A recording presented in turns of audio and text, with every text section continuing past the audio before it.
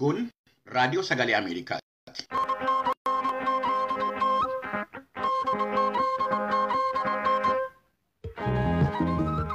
Raadiyoon Sagalee Ameerikaa wixataa hanga intaatti galgala keessaa sa'aatii 2:00 jalqabee hanga sa'aatii 3:00 meetirbaandii 22, 25 fi 31 irratti Waashingtan DC irraa kan dabarsu sagantaa afaan Oromoo amma jalqaba. Dhaggeeffattoota keenya kabajamoo fagoodhaa fi dhiyoodhaa raadiyoo marsaa intarneetii fi saatalaayitii Naayilsaatiitiin akkasumas feesbuukiidhaan sagantaa keenya hordofaa jirtan hunduu nagaan keenya bakka jirtanutti isin qaqqabu. Akka mooltan guyyaan har'aa jimaata adoolessa 30 bara 2021 akka lakkoofsa Itoophiyaatti immoo adoolessa 23 bara 2013 keessummeessaan keessan har'aa an Bafqaaduu Morodaati. Baqattoonni Eertiraa Itoophiyaa keessa qubatanii jiran ajjechaa fi miidhaa mooraa baqattootaa isa Tigraay keessa jiru irratti raawwatamaa jira jedhanii balaaleffachuudhaan waajjira dhaabbii mootummoota toomanii isa dhimma baqattootaa irratti hojjetu UNHCR fuulleetti Finfinnee keessatti mormii dhageessisaniiru. Kanaan dura dorgommii Olompikii irratti meedaaliyaa warqii 2 kan injifattee fi amma Federeeshinii Atileetiksii Itoophiyaa pirezidaantummaadhaan kan hoggantu Atileet Daraartuu Tulluu akkasumas ispoortii taakwandootiin yeroo jalqabaatiif Itoophiyaa bakka bu'ee atileetiin dorgome Salamoon Tufaa Olompikii baranaa irratti waan jedhan qabu. Kanneenii fi qophiiwwan biroo qabnaa nu wajjiniin tura. Piroodyuusariin Tamsaasaa irraa Daan Biraawon, Tamsaasaa intarneetii fi miidiyaa hawaasaa kan qindeessitu immoo Tigisti Gammeeti. Oduu har'aa kan isinii dhiyeessitu Jaallanne Gammadaati. Attamoltan kabajamtoota dhaggeeffatoota keenyaa oduun har'aaf qabnu kunoo. Waldorgommii Oloompikaa kan Jaapaan keessatti jimaata har'aa gaggeeffameen Atileet Salamoon Baaregaa fiigicha meetira 10,000 badhaasa meedaalaa warqee ka jalqabaa Itoophiyaaf argamsiisee jira. Salamoon fiigichi kun xumuramuuf meetira muraasni lafa hafeetti iddoo duraa qabachuun daqiiqaa 27 sekondii 43 fi maayikiroo sekondii 22 injifate. Itti aanee galuun meedaala meetii kan argate lammii Ugaandaa Jooshuwaa Cheptegei yoo ta'u, meedaala naasaa immoo lammiima Ugaandaa Kabiraa Jaakob Kaablimotuutu argate. Atileetiin Itoophiyaa Barrihuu Aragaawii arfaffaa yoomiif qajeelchaa dabalatee immoo lammiiwwan Afrikaa kanneen biroon hanga sadarkaa 10tti injifatanii jiru. Fiigicha meetira 5,000 ka dubartootaa gaggeeffameen atileetonni Itoophiyaa Sanbaree Tafarii Jigaayyoo Taayyee fi Gudaaf Tsaggaa'ee injifachuun dorgommii marsaatti aanuuf darbanii jiru. Dorgommii daakaa bishaanii har'a gaggeeffame irratti Itoophiyaan kan hirmaatte yoo ta'u, Abdulmalik Toofiq Muktaar garee ramaddii isaarraa 6ffaa ta'uudhaan dorgommii marsaatti aanuuf hin darbin hafeera. Kamisa kaleessaa fiigicha waan irra utaalan of keessaa qabu ka meetira 3,000 lammeechaa Girmaa injifachuun marsaatti aanuuf darbee jira. Dorgommii wal fakkaataa ramaddii kabiraa irratti immoo Atileet Geetinnat Waalee lammaffaa ta'uun injifatee marsaa xumuraaf darbee jira.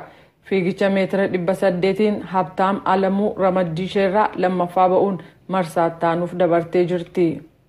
Dhimmootii gargaarsa dhala namaa fi gargaarsa hatattamaaf qindeessuudhaaf itti aanaa barreessaa duree kan tokkummaa mootummootaa Maartin Griffiths imaltuu guyyaa 6 har'a Itoophiyaa keessatti jalqabuu isaanii tokkummaan mootummootaa har'a beeksisee jira. Maartin akka jedhanitti qooda haaraa qabaataniin imaltuu ifatti gaggeessan ka duraa gara Itoophiyaatti ta'uun anaaf barbaachisaadha jedhan.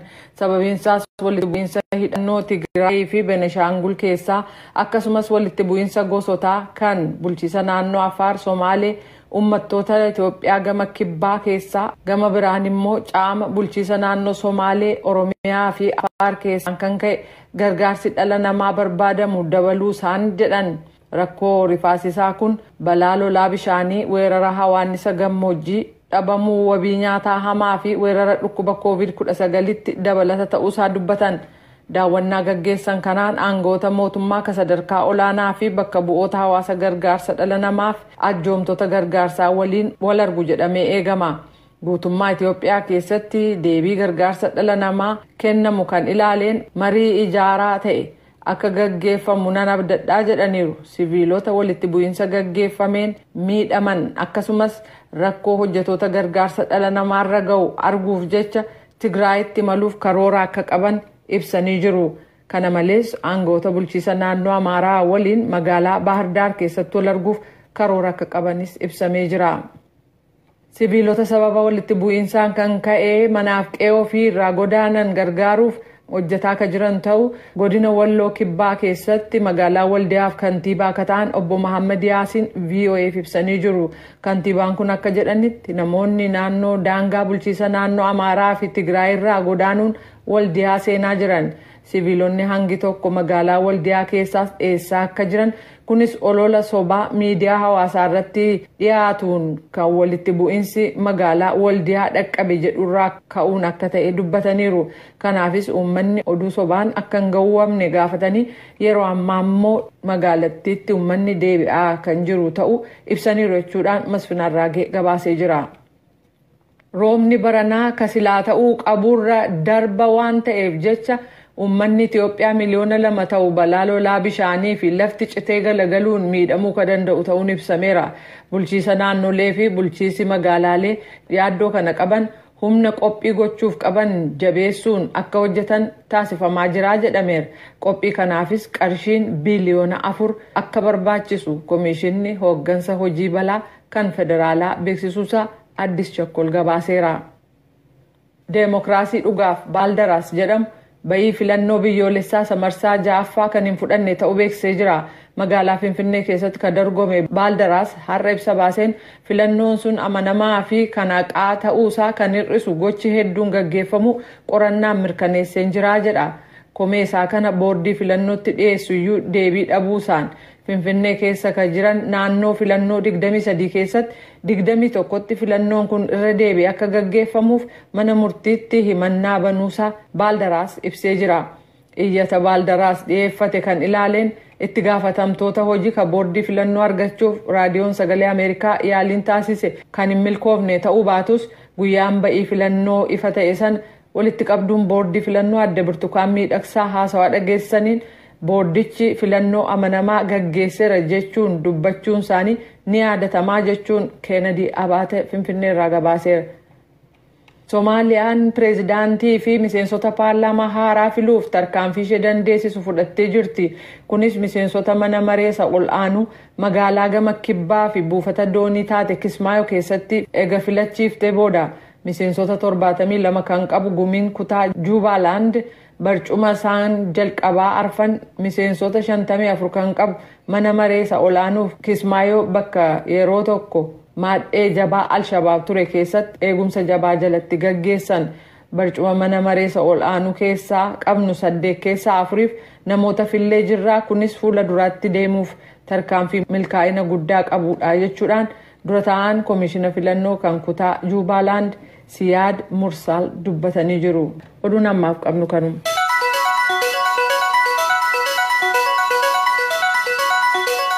Kan dhaggeeffachaa jirtan Washington DC irraa kan darbu raadiyoo sagalee Ameerikaa sagantaa afaan Oromooti.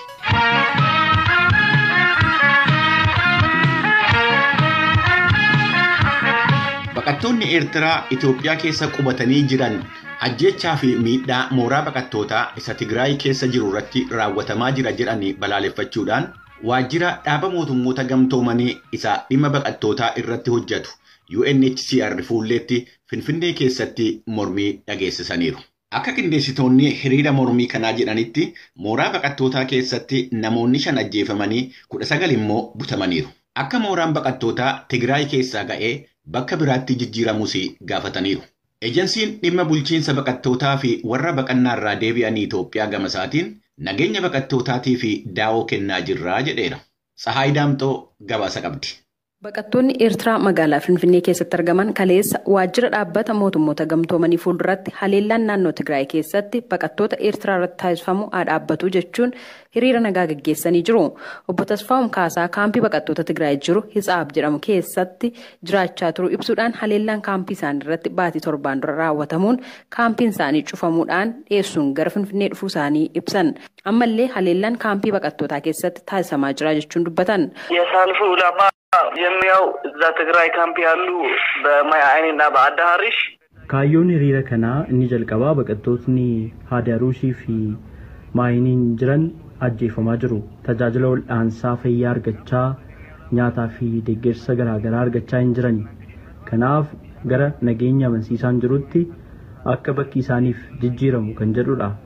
Lammaffaan ammoo nuti warri buqqaanee as dhufne erga Finfinnee seenne ji'a torbaa garuu aaraa ta'ee UNHCR homaa deeggarsa nuuf taasisee hin beeku gama tajaajila fayyaan ta'ee karaa waraqaa eenyummaatiin. Inni sadaffaan deeggarsi baqattoota Eertiraatiif kennamuu qabu homtuu nuuf taasifamaa hin jiru. Kanaaf hiriira baane jedhan. Obbo Hermoon Nagaash baqattoota Eertiraa keessaa tokko ta'uu dubbatu. Hiriira kaleessaa irrattis deebii gama waajjira dhimma baqattootaa irraa kennameef akkasiin ibsani. Biyyoota 15 dhufan keessatti deebiin isiniif kennamaa nuun jedhan. Gama biraatiin koomishiniin kun haleellaan baqattoota irratti qaqqabaa jiru akka dhaabbatuuf dhaamsa ni dabarsiisaa jedhan. Akka ibsa ejensii dhimma baqattootaaf godaansarraa deebi'anitti baqattoonni Eertiraa Tigraay turan keessaa kanneen 5,000 caalan gara Finfinnee dhufuu beeksisee jira. Dubbii himaan ejensichaa obbo Ba'aakaal Nugusee dhimma kanarratti akkas jechuudhaan dubbataniiru. Baqattootni kunneen kan ba'an buufata baqattootaa Hitsaatsii fi Shimaalbaa jedhamu keessaati. Ji'oota 7 darbee gareen Hoo'aat haleellaa raawwachuu hordofee buufatni baqattootaa kun cufamanii jiru. Baqattootni bahan muraasni gara Haaddee Haruushii fi Maahinii jedhamutti kan gaggeeffaman yommuu ta'u baqattoota 9,000 ta'antu achi gale. Namoonni 5,000 ol ammoo Finfinnee galanii jiru. Galmaaniirus garuu dhugaan jiru baqattootni yeroo magaalaa seenan eegumsa nageenyaa ni taasisaaf mootummaan garuu tajaajila kanneen biroo kan kennan dhaabbilee idil addunyaati. Obbo Ba'aakaal itti dabaluun hojiin guddaan ejensichaa baqattootaaf eegumsa taasisuudha erga jedhaniin booda baqattoota Eertiraa Finfinneef Tigraay jiran ilaalchisees waan jedhan kunooti.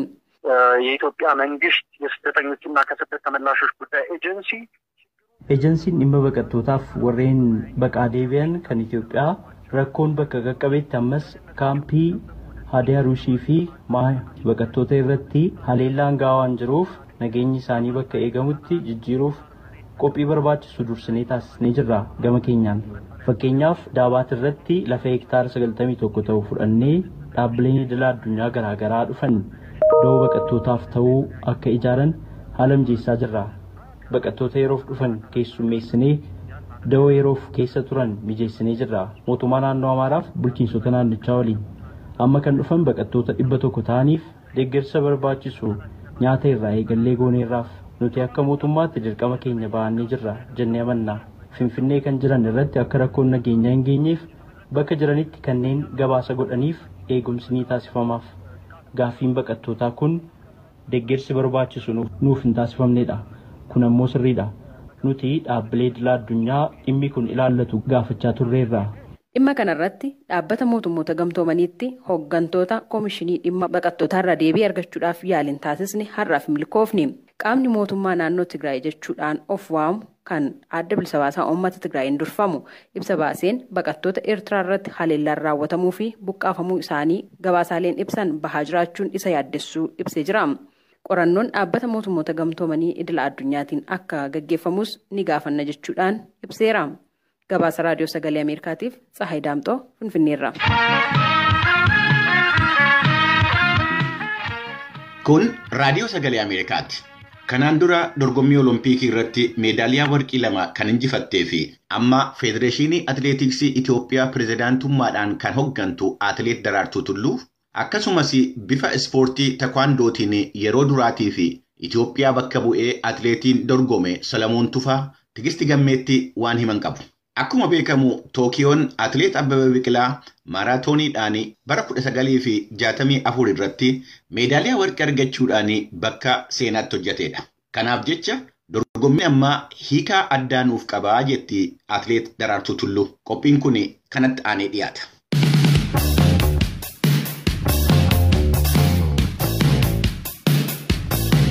Akka mooltan kabajamtoota dhaggeeffatoota keenyaa qophiin labataan har'aa jalqabeera.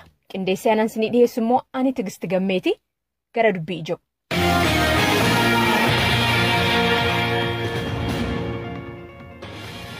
Gareen atileetota Itoophiyaa ji'oota 8 darbaniif tapha Oloompikiitii qophii gochaati ture. Dorgommii jimaata har'aa godhame irratti milkii agarsiisuu jalqabeera. Oloompikiin Tookiyoo erga taphatamuu jalqabee 7 guutus gama fiigichaatiin meetirii 800, 500 fi 10,000 akkasumas dorgommiin maaraatoonitii fi atileetiksii kaanii torban lammaffaa fi dhumaa kana keessa geggeeffamuudha jira. Jaalattoonni bifa ispoortii kanaatis iji isaanii atleetota irra jira. Hooggantoota fi ogeessota atleetota wajjin gara Jaappaan imalan keessa immoo antanaan dura olompikii irratti meedaaliyaa warqii 2 galmeessite pireezidaantiin federeeshinii atleetiksii Itoophiyaa atleet Daraartuu Tulluu takka qophiin jiru maal fakkaata jechuudhaaf kamisa kaleessaa bilbilaan Jaappaan irraa haasofsiiseera. Walumaa galatti qophiin keenya gaarii ture. Egaa boru isa calqabaatti calqabnaa. Gaarii hunduutaa jenneetti yaadna boru calqabna jechuudha. Meedaaliyaa meeqa eegnu barana garee Itoophiyaarraa? Borumeegaa akkuma fudhate calqabaati. Isarraa mee hoo rabbi fuula dhugulte mee borraa bilbiisni isarraa akka isaa sitti hafe. Daraartuun kaleessa kana natti himtee egaan akkuma yaadde gareen Itoophiyaa guyyaa har'aa of kaleera. Fiigicha meetirii 10,000 garee dhiiratiin Salamoon Baraagaa injifachuudhaan meedaaliyaa warqii argateera. Baay'ee qaranii jiru dhugaa dubbachuu barbaachise biyya 8 kana keessatti gareen olompikii fudhatame hundumtuu atileetis jedhii leenjisaas jedhii hakiimiis jedhii ogeessas jedhii teeknikas jedhii sirna sassaabe hojjechiistus jedhii hundumtuu dhugaatti hojjetuunis baay'ee dhamanii jiru.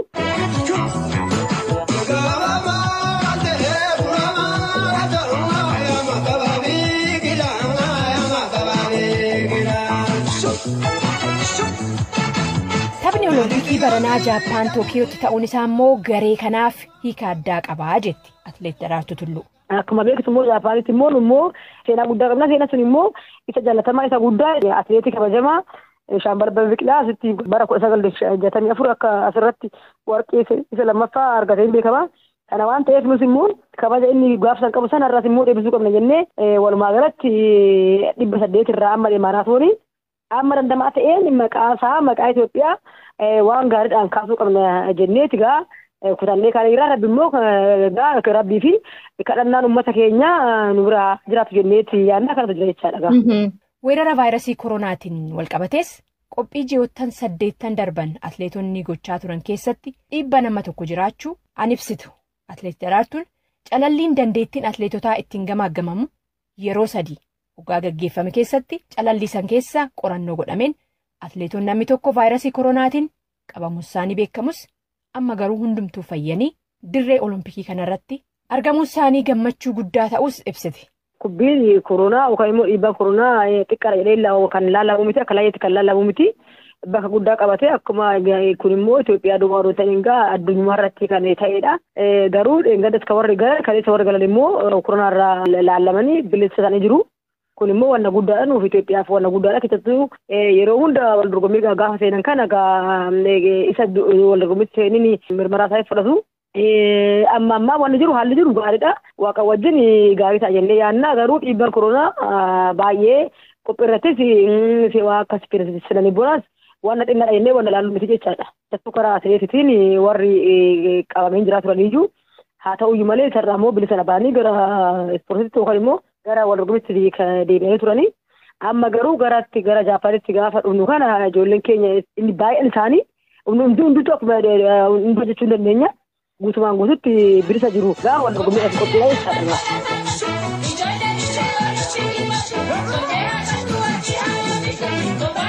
Atleet Daraartuun fiigicha odoon dhaabin dura olompikii 4 irratti hirmaatteetti. San keessaa 2 mootee meedaaliyaa warqii fudhatte. Yeroo tokko 3ffaa, hoo tokko immoo 4ffaa taatee xumurte. Dubartii atleetii Afrikaa yeroo duraatii shaampiyoonaa olompikii ta'uudhaan seena galmeessiteessi.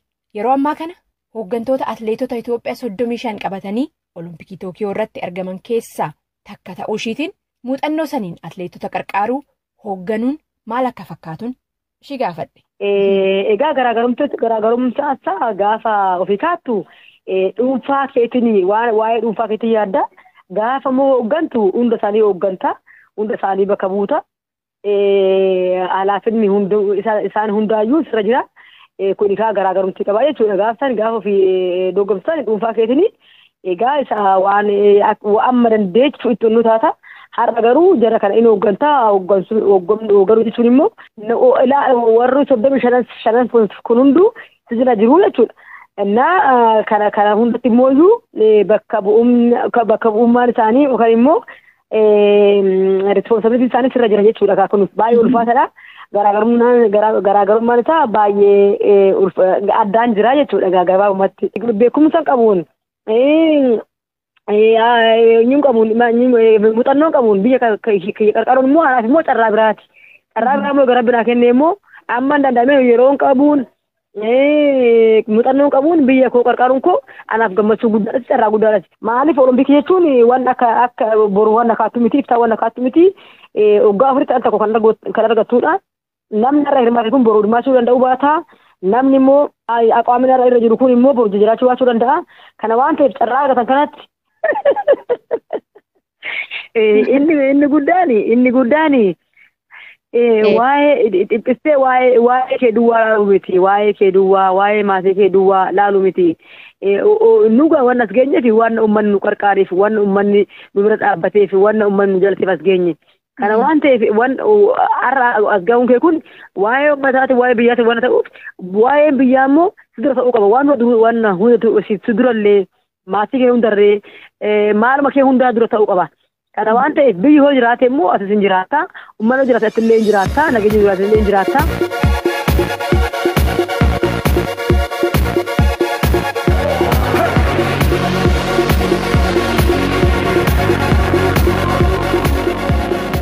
Atleet Daraartuu Tulluu galateeffachaati. Atleetiksii keessaa hoobaan immoo bifa ispoortii kanaan dura Itoophiyaan olompikii irratti ittiin hirmaattee hin beekneen yeroo duraati calallii darbuudhaan seenaan hojjete dargaggoo Salamoon Tufaati. World Taekwondoodhaan atleetota hirmaatan 16 keessaa 7ffaa bahuudhaan diippilooma argateera Salamoon. Kaleessaa gara biyyaa akkuma deebi'eenan bilbilaan isa dubbise. Itoophiyaa yeroo jalqabaa kana qofatu darbee maataraatan Jaappaan irratti wal dorgommii kiiloo xiyyataniin immoo -8 kiiloogiraamiidhaan akka addunyaatti nama 16 qofatu darbaa.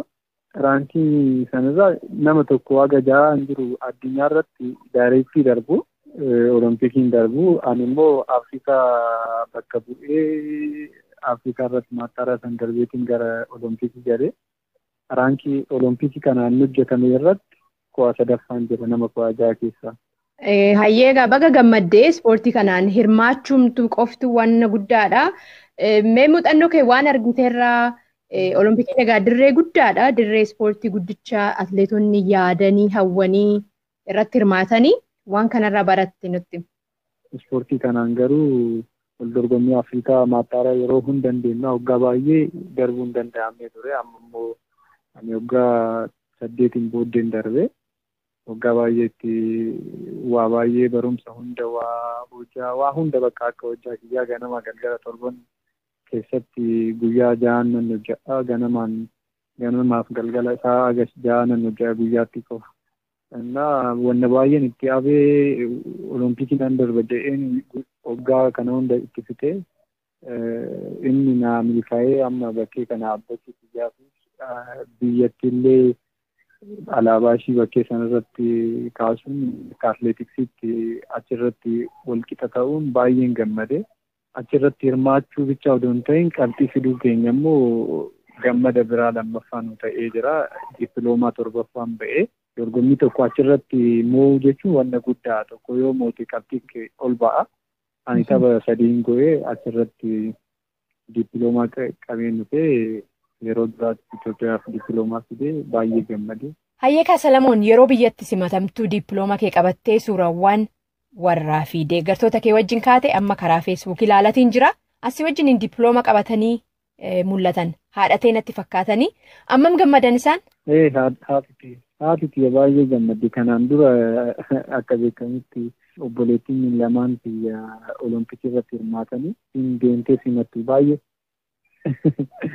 baay'een gammadaa ture. Anillee nan yaadaa ture akkanatti jedhu na simatte jedhee nan yaadaa ture duraan. Mastoot Tufaa jedhamti takka Beejing Olompikii irratti hirmaattee takka immoo London maaraatoonii 2017 irratti isiitu sa'a guddaa argattee Tigist Tufaan Riyoo Olompikii hirmaatte. London maaraatoonii mo'atte 2017. Olompikii ijoollee 3 qopheessite jechuudha. Dargaggoo Salamoon dadhabbiirra jirta reefu biyya geechee dorgommiirra yeroo kennu keetiif ulfaadhu kabajamtoota dhaggeeffatoota keenyaa qophiin labataarraa kanumaan raawwata. Anis sirba Ayyalaa Nugusee atileetota faarsu kana sin affeerratanan qophii labataa irraa xumuraa. Torban sagantaa biraatiin mata duree biraatiin walitti deebinaa. Ani Tigisti Gammeetii nagahan.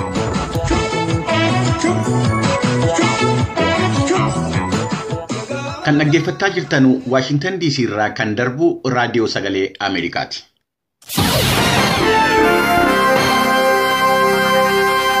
Kanatti aansinee ibsa gulaalaa kan imaammata United States calaqqisu isiniif dhiyeesse. Ministeerri dhimma alaa United States waggaa waggaadhaan namootan seeraan ala daddabarsan mormuudhaaf of kennanii fi badhaasa kabajaa kenna. Akka bara darbee bara kanas sababa COVID-19 kan ka'e sirni namootan 8 badhaasa kabajaa argatanii kan raawwatame karaa toora masariitiitiin. Ministeerri dhimma alaa United States Anthony Blinken namootan bara 2021 fi badhaasaa fi filataman galateeffataniiru.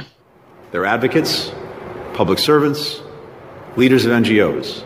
Warreen namootan dadammaqsan, hojjettoonni mootummaa, hoggantoonni miti mootummaa, akkasumas warreen daddabarsiisa namoota seeraan alaa karaa kamiinuu dhaabsisuu yaalan, warreen miidhamtoota gargaaran, warreen yakkamtoota seeratti dhiyeessuudhaaf gargaarsa godhan, warreen karoora tarkaanfii biyyoolessaa kalqanii hundee rakkinaa isa namootan akka biyyaa biyyatti daddarban taasisu addaan baasuu yaalanii jiru jedhanii Anthony Blinken. Lammii biyya Bireeteen guddittii kan taate Imelda Pool jaarmiyaa miti mootummaa farra namootan seeraan ala daddabarsanuu Meerii Waardi Looreetuu jedhamu hundeessite.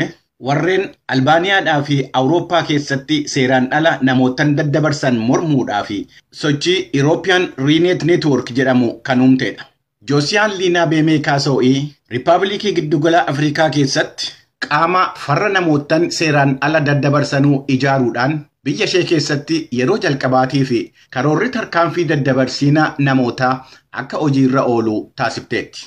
Chaantaal Saagiboo Saasee dhimma daddabarsiisa namootaa irratti bara 12 hojjechuudhaan jaarmiyaa miti mootummaa kan dhimma ijoolleewwan seeraan ala daddabarsanii irratti hojjetu hundeessuudhaan nama falmaa jirudha.